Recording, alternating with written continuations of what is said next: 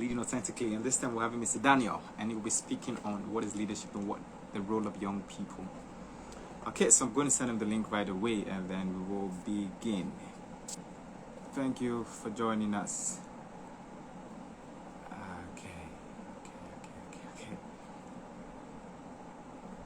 Okay, good.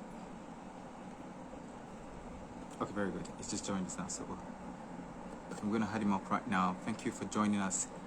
Okay, I'm sending the link to adding up Mr. Daniel now. Okay. Good.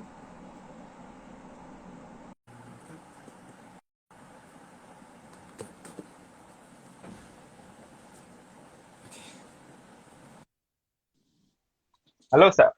Hey, how's it going, bro? I'm doing well. Thank you so much. Good evening. Good evening. Good evening. So good to see you. Same here. Thank you so much. I'm really grateful, really grateful for having you live My now. pleasure. Thank My you pleasure. so much. Thank you so much. Okay, so I'm introduce Mr. Daniel. I've known Mr. Daniel for a while now, and I sent him message. It took time, but I felt and we need to have something like sit down to speak on I'm leadership, and I've seen sorry. some of the things that get done, and I'm really Sorry. happy that he's here today, and he'll be speaking to us on what is leadership and what young people, the role of young people, what young people should know about leadership. So the floor is Mr. Daniel, so and after that we'll go into question section.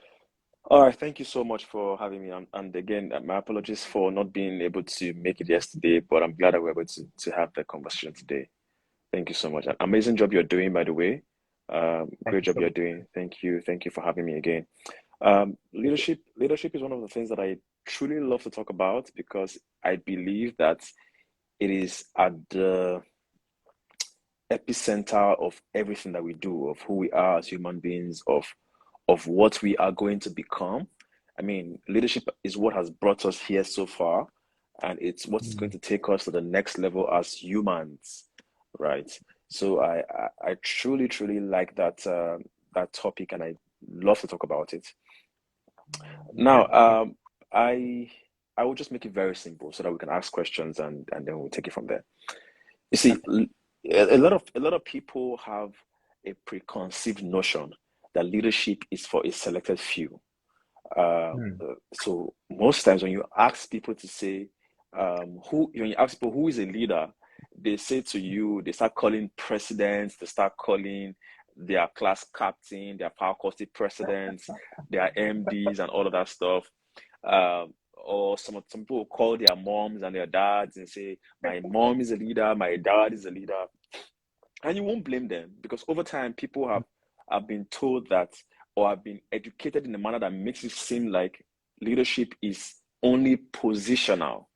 So when you think Mm. about leadership, people instantly think about other people who are in positions. So a president, a governor, an MD, my dad, my class rep, my all those people who are particularly, occupying a position are the ones that people think about when you talk about leadership. But over time, I started to ask myself, do I really need to now? So until I become an MD, I'm not a leader. That was the question that was bothering me. Like, what exactly is going on? So that pushed me to study more, and just to ask myself questions and just study more. And then I realized that leadership is actually for everyone, and everyone is a leader. It was an eye opener. Now, if you come out and say everyone is a leader, you are going to cause a problem. So I said to myself, what's the best way to explain this to people so that they understand? Now, there's a difference between when I say that everyone is a leader, right? But not everyone is leading. Now, there's a clear Mm. difference there. There's a clear difference there. Now, it's like me saying to you that how do I put it now? So you are you have money in your bank account, right? It's your money, okay? It's Mm. your money, but you cannot access the money because you don't have either an ATM card, or you've forgotten your password, or you don't have your checkbook, or there's something just wrong. Mm. But it doesn't mean that you don't have money in your bank account. You get what I mean? So everyone is a leader does not mean that everyone is leading. Now, the difference here is that people who are leading have found something that is pushing them or that they are leading. Now they've either found their purpose, their assignment, they have a meaningful life, they are doing their careers, they have a job that they're working on. So in a sense, they are leading. Now guess what? Another interesting fact again is this: if you have ever made anybody do something before, you have led. It's that simple. If you've ever made someone, if someone has asked you to say, should I wear this black cloth on a blue jeans, right? And then you say, no, wear that blue one on the black jeans. The moment that person responds to what you've said, you've exerted leadership. Leadership is influence, right? And people are attached to those who have value. Influence is attached to value. The more value you give as a human being, the more influence you have. Right? Now, I'll just break this down again to say that anyone listening to this, whether you are in primary school, whether you are in secondary school, whether you are in the university, whether you are just starting your career, whatever level you are in your life, right? You have a responsibility to lead because you are a leader. Right. Now, what then happens is that I would say to you, now that you understand this fact, it's not going to boil down to you saying to yourself, you know what? Now that I know that I'm a leader, how can I become great at what I do? Right? How can I become someone of value? How can I build relationships? How can I become, someone whose influence can change things? Right? How can I become powerful? How can I become a great leader? All right. Now, this happens when you have given yourself to service. You've said to yourself, right, that my life and all that I do will be impactful in the way that I serve people. Because the more people you serve, the more value you add, the more influence you gather. And the more influence you gather, the more you will become powerful as a leader. And that's the reason why you see people would say that one of the greatest leaders in the world would be the American president. It's not because he's the best person, but because you see, if he makes a decision, that one decision has the ability to change a lot of things in the world because of the influence he has as a leader. All right. So I'll just leave this here first. Let's have questions, and then we'll take it from there. Yeah. Okay. Thank you so much, Mr. Daniel. Thank you so much. Okay. So we had a conference last. That was, I think it was last month, September. Yeah, it was the last 2 months of September, and the title was the people-oriented leadership. So we had a doctor from USA who was an African American who explained leadership, and the people understood. So one of the ladies who was around for the conference later came back to tell me, I never understood leadership. I never knew what leadership really was. I didn't know what to, and she's heard a lot of people speak about leadership. She's heard a lot of people say, but she really didn't understand what leadership really is. So she now said, but this man actually explained it well. And I think he's actually live here. So now you having to explain that leadership is not only positional. I think it's going to help her right now for you to give your own simple definition to what you think leadership is. Because I feel like people have a complex understanding of what leadership is. And people somehow people don't know what to do, even when they're leadership positions, even when they are leading, they don't know they're actually leading because they have a complex definition of leadership. So in simple terms, what do you think leadership is for young minds that are in university and those who just came out of university and those who are going to university? So I'll give you a few definitions. So the first one I'll give to you is to say leadership is the ability for you to lead yourself effectively that other people want to follow you. Now, you've led yourself so good, you are good at what you do.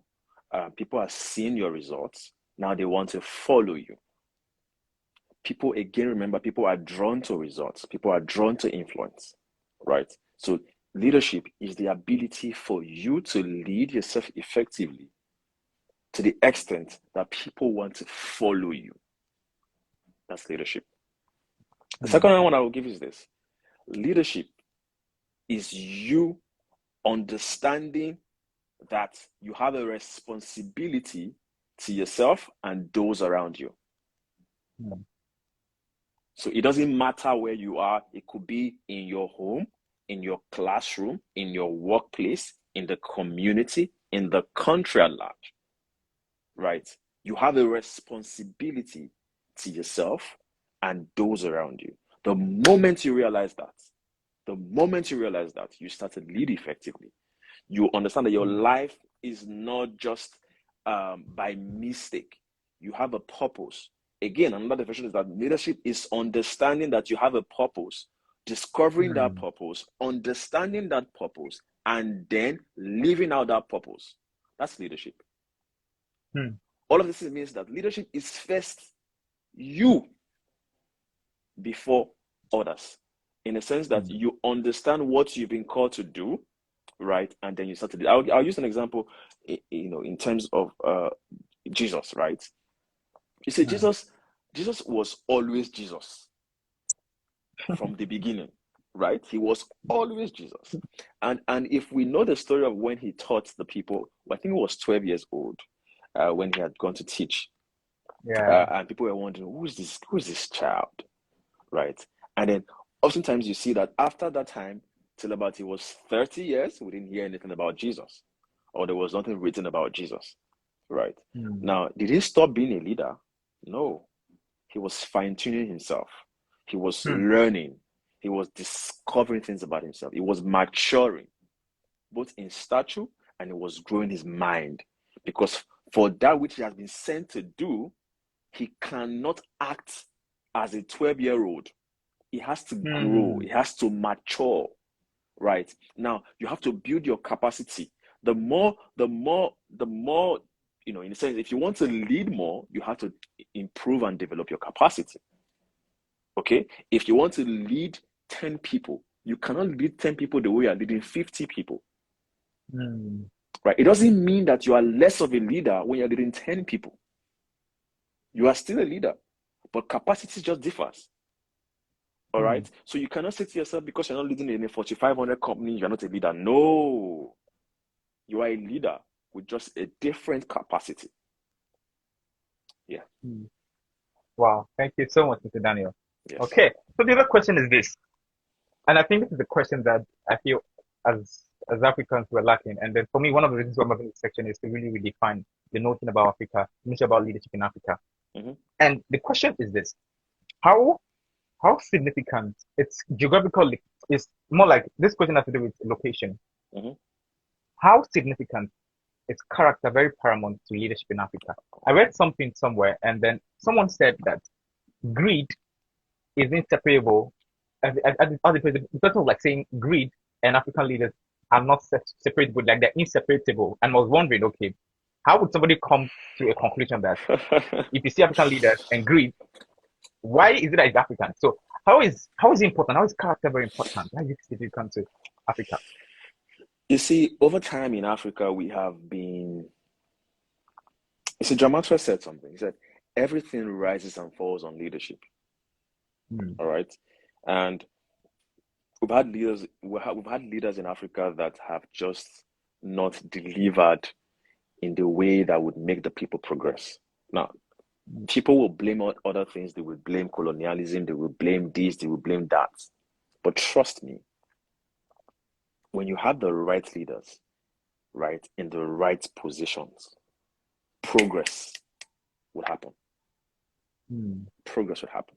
Now, leaders with good character understand that they cannot be selfish and that they have a purpose that allows them to serve the people diligently and with competence.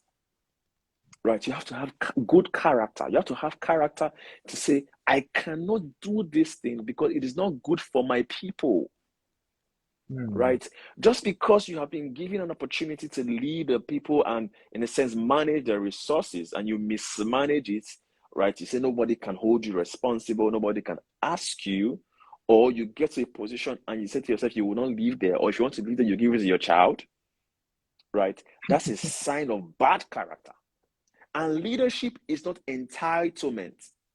You cannot be entitled. People, leadership is service. Hmm. If you're not willing to serve, right, don't lead. It doesn't mean you're not a leader, but don't lead. Hmm. Okay, so it's a painful reality. I will find ourselves here in Africa that our leaders have not come to the fullness of what it means to be a leader that is leading people. They haven't come to the fullness of that because you are responsible for the lives and properties of people to whom, in a sense, you've been sent to govern or lead. You can't just act in any manner whatsoever to say, okay, nothing will happen. No. People are Hmm. watching you, people are following you. The decisions you make will affect people. When you realize this, you start to make good decisions that are people centric. You become conscious of the fact that the things I say I do, right, will affect the next person, and not just one person, a whole nation, Hmm. right? So I have to be at my best self. I have to lead effectively. I have to manage the resources right, just to ensure that progress is seen. Hmm. Nigeria as a country, you can put us in the bracket to say this person is an old man if you want to put us as human beings. We're over 60 years old, right? A 60-year-old man should not be acting the way Nigeria is acting. Hmm. You shouldn't. You're not 20, you're not 10 to say, okay, you're an infant, you are still learning on how to, Hmm. or maybe you're one, you're still learning how to walk. You're not 10, you're not in the kindergarten. You are done with the university. If we are putting to say you are done with, if you've had a career at 60, at least you've done something with your life. You are married, you have kids at 60. Hmm. This is not the time for you to be acting like a baby. At 60, you Hmm. should have a plan for yourself. At 60, there should be a roadmap as to what you want your kids to be doing, not Hmm. you taking from your kids. You've Hmm. laid the foundation. So there's a lot to talk about when it comes to leadership in Africa. There's a lot. Wow. Wow. Wow. Thank you so much. Yeah. Okay, so I mean, you're in Lagos right now, and then I see, we all have different perception about leadership. As much as we have a lot of people who are allowed the shortcomings of leaders that are publicly known, that Mm, are that are popular, mm, and they made their shortcomings a standard as young people. Most of young people that I know, mm. and you see young people supporting certain leaders that are obviously will know but do not have character. And so it looks like as if whether you are a fool or probably I'm a fool. Mm. So now, how do we how do we find a common ground? How do we find a common ground with people that we hold different view of on leadership? Because of now, you said leadership is service, and you also say leadership is character, is having good character. And now somebody thinks character is about having to actually feed yourself first when you're in positions like that, and then feed your family second, and then you can now think of, okay, whether I should serve the people. So how do we find common grounds in having to live with people in harmony on the fact that this is what we think leadership should be universally, or this is how we think leadership should be because of your own greed or because of what you think you want? It's simple. You see, people move in the direction. People move in the direction that fills their stomach. Hmm.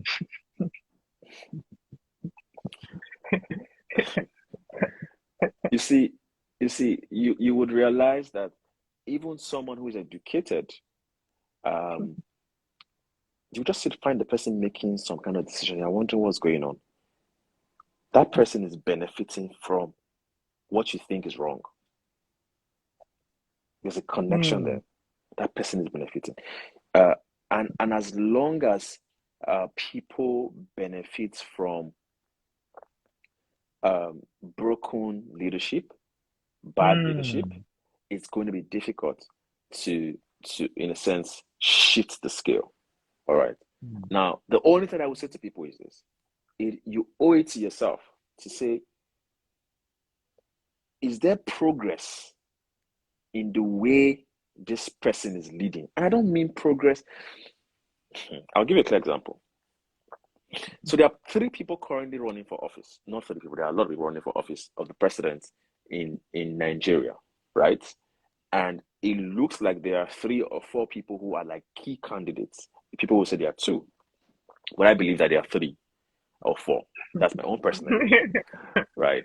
And and oftentimes you would hear things like, "Look at Lagos.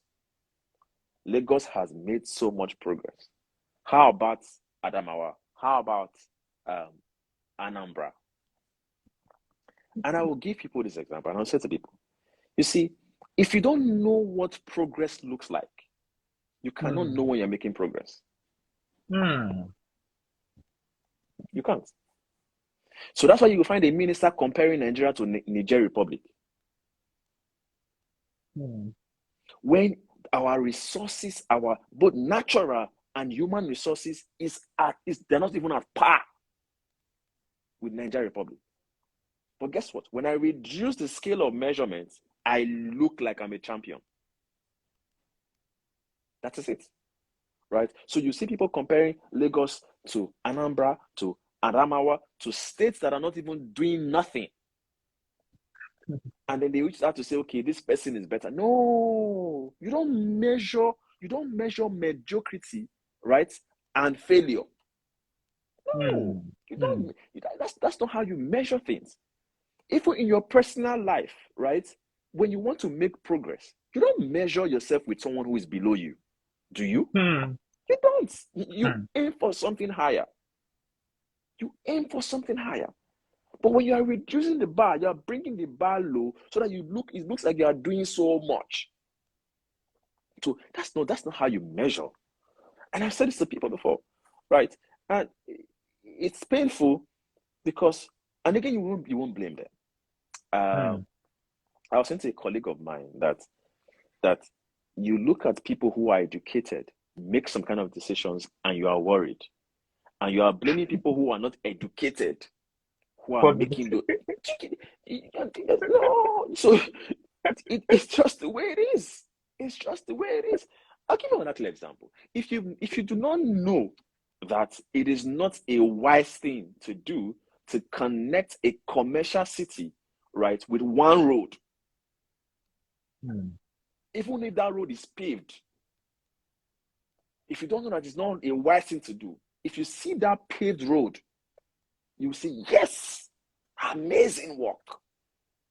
Amazing work. I don't want us to go too much into politics so that it doesn't look like it's painful. It's just quite worrisome. Thank you so much, Daniel. Okay, so the next question before we go to the last question is the reason for this meetings we'll be having for I think we'll be having this since 2015 typically, and then from the pandemic we started 2020 visually, and we've been doing that like for over 2 years now. And amazing. One of the key things is preserving the dignity of leadership in Africa. Yes. And because we realize that as time is going on, we see that the value of leadership is reducing because of human influence, human greedy influence, and other. So we're having meetings like this to have people who are doing well in their field really speak about leadership, so sustaining the power of leadership, especially in Africa, knowing that okay, we know that things are going to be changing. So what advice do you give to young people right now? In that are maybe some people that are makeup artists, maybe that are visual assistants, maybe people that are social media managers, maybe people that are hairdressers, people that are, what can you tell them about leadership, how they can make themselves better in their field, irrespective of how lucrative it looks like or how public or how popular their position is? How can they effectively lead in such a way that it promotes leadership nationally? So I would say to you that you have to realize that your level of influence matters a lot. No matter how good you are, if you don't have a certain level of influence, the things you do will not be respected. The things you say will not be respected. All right. So in your small space, whatever small space you are acting, or whatever big space you are, in your small space, first of all, you have to show that you are good at what you do, right? You are good at what you do. People see that you are good at what you do. People want to learn from you. People respect your decisions. People respect your words. People, in a sense, admire you. Okay. Now you need that to be one of your core focus. And you don't want to say, okay, you don't want to do that by trying to become what they call eye service or showing off. You want to master your craft. You want to master your craft. Again, you want to become great at what you do, at the little things you do. Okay. Now, when you become great at what you do, automatically people start to resonate or, in a sense, come around you. That's just the way it is. You start attracting people. Now, the things you say start influencing people. And the more you become influential, the more the things you say matter. Okay. Now, I wasn't going to give this example because it would take us, but let me just make it very, very short. Okay. Do you know that there are good people? There are good people who are not as influential in their communities as the bad people in their communities. Because those good people are not doing enough to gain the hearts of those around them. Now, people move by fear, right? Or by respect. Okay. Now, what the bad people are doing is that they are moving people by fear. So if you don't do this, you will be, beaten, harassed, or whatnot. So people are scared to listen to them. All right. But guess what? If you are someone who is good at what you do, people see your value and you are a good person. People know that they can count on you to stand for them. A time is coming when that bad person will have no choice but to bow down to your leadership because your voice has become more powerful than that of a bad person. There's a book I'm writing. It's called How Good People Elect Bad Government. Now that book is just going to say to people that, good people are too complacent.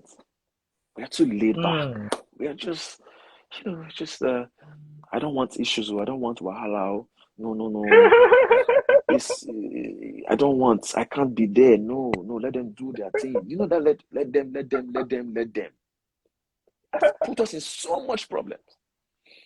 A good person, you would see your fellow man being robbed in traffic. You will pass. Guess what? If a fellow bad person is being robbed in traffic and a bad person sees that person, he will stop. It's a we die here situation. But you see, a good person doesn't want wahala. In Nigerian terms, I don't want wahala. Just go their own way. They don't want issues. They don't want to be involved. They don't want to stand up for anyone. It's just me, myself, and I. Me, myself, and I. And that's not how to lead. Leadership is not me, myself, and I. No, it is not. It is not. Yeah. Wow. Thank you so much, Mr. Daniel. I think this question has brought a question there was the last question, but I think what you just talked about has brought something. And I think it is something that needs to be addressed so that people understand. Is there a cost for being good? And is standing the cost or paying the cost for being good worth having to actually pay for it? Because a lot of people say, oh, one of good, one of good, eventually we'll die. Eventually this will happen. From my own point of view, looking at history, I realized that the truth has to be told that there's a cost for everything. So we need to be willing to know that, okay, if we don't eventually get it, we're not doing it because we want to get something, but we're doing it because we want to actually create a system. Because of good people have often died in the process of having to be good. And sometimes it puts people in fear. And so people think that death is more like a loss. So is there a cost for being good? And is the cost is it worth it to actually pay the cost, to actually stand for it? There's a cost for being good. All right. And I understand the fear. I tell you this for a fact. If you want to know the cost of being bad, just look at your surrounding. Just look at what's happening around you. You see, oftentimes good people just say to themselves, I don't want to die. I don't want to be the one to make sacrifices. I don't want to be the one to do this. I don't want to be the one to do that. Right? And I understand that life is good, life is beautiful, life is interesting, life is worth living. And no one is saying you should kill yourself, you should, put yourself in harm's way. That's not what we're saying. However, when you look at the current situation in the world, you understand that your lack of not being a good person or doing the right thing has a higher cost, not just on you, but on other people. You see, it's the most dangerous person in the room, right? It's not the person who is spitting fire. It's the person who kept quiet. That's the most, and I'll explain what that means. When you are in a situation where things are happening that are not going well, right? And you ought to have said something, but you kept quiet. You are the weakest person, not the one who, my role model says that a dangerous man, right, is a man who has the ability to cause problems but has it under control. That's a dangerous man. That's a dangerous man. And so if you don't have the ability to stand up for what is right, if you don't have the ability to stand up for what is true, for what is noble, for what is pure, you are weak. You are very weak. And weak men seldomly make history. Almost never make history.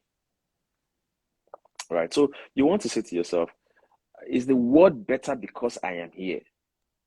Or is it worse? Will the world be better when I leave? Or will it be worse? Even in your small space, right? I remember, I changed jobs, and I tell you for a fact, whenever I go and pay the people a visit, there's so much love because my presence was felt. I was not a lukewarm person. Isn't it interesting that God had said that in the scripture that if you are neither hot nor cold, I will spit you out of my mouth. So I would rather hold a bad person close, right? Than someone who I don't even know where you're standing. It doesn't exist. Again, I remember I had written something one time. I said that a lot of people have been trained to believe that sitting on the fence is the safest way to live life. But currently, there's no fence to sit on anymore. The fence has collapsed. There's no fence. So you have to stand for something. Yeah. Wow. Thank you so much, Mr. Daniel. I think we've come to the end of this section. I want us to say thank you, Mr. Daniel. Thank you so much. Thank you so much. I'm really, really grateful. And we hope to have you physically in Unilag one time. No problem. Thank you so much, Mr. Daniel. Thank you so much. And everyone, thank you for joining as well. Thank you so much. All right. Thank you so much. All right. Cheers. Okay.